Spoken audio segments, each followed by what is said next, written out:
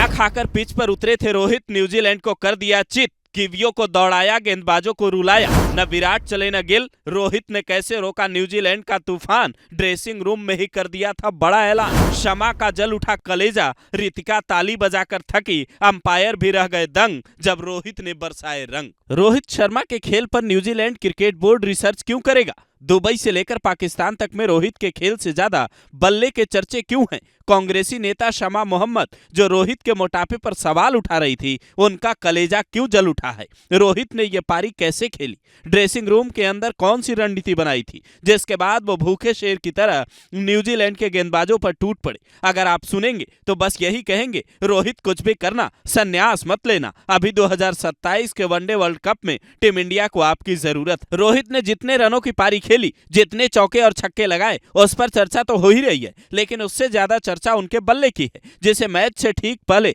रोहित ने लगता है खास तौर पर डिजाइन करवाया था, जिसे लेकर उतरते ही रोहित का फॉर्म बदला बदला सा नजर आया। पहले ही ओवर की दूसरी गेंद पर छक्का जड़कर न्यूजीलैंड के शानदार गेंदबाज काइल जेमिसन का जोश रोहित ने पहले ठंडा किया, फिर विलियम ओरुक के ओवर में 2 चौके जड़कर फैंस को भरोसा दिलाया, कप्तान चल चुका है सीना तान, चैंपियंस ट्रॉफी जीतेगा हिंदुस्तान। उसके बाद तो रोहित का बल्ला ऐसा चला कि नाथन स्मिथ जैसे खिलाड़ी के ओवर में पहले 92 मीटर का छक्का जड़ा, फिर ओवर की चौथी और छठी गेंद पर चौका जड़कर मैच लगा कि एक तरफा कर डाला। एक तरफ रोहित की पत्नी रितिका जो बैटिंग के वक्त उंगलियां क्रॉस कर बैठी रहती हैं, उत्साह से ताली बजा रही थी, तो दूसरी तरफ अंपायर भी रोहित का तूफान देखकर दंग थी।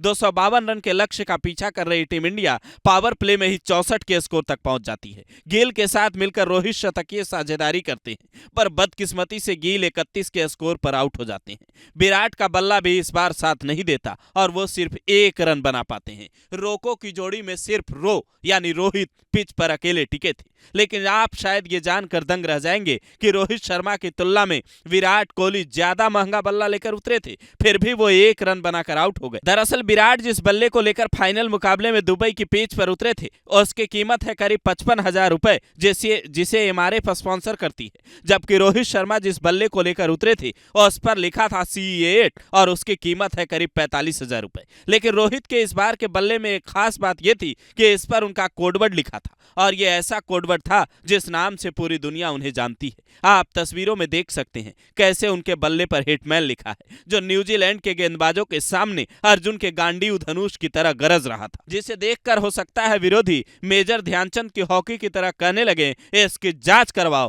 पर इसका कोई मतलब नहीं लगता, क्योंकि रोहित का बल्ला एक के बाद एक रिकॉर्ड बना रहा है, कभी सामने तो कभी विकेट के पीछे चौके छक्के बरसा रहा था, और न्यूजीलैंड के 11 खिलाड़ी मिलकर भी रोहित के तूफान को नहीं रोक पा रहे थे, क्योंकि रोहित ने ड्रेसिंग रूम में ही साफ कर दिया था कि हम खेलेंगे अपने अंदाज में, मिडिल ऑर्डर संभालेगी दबाव।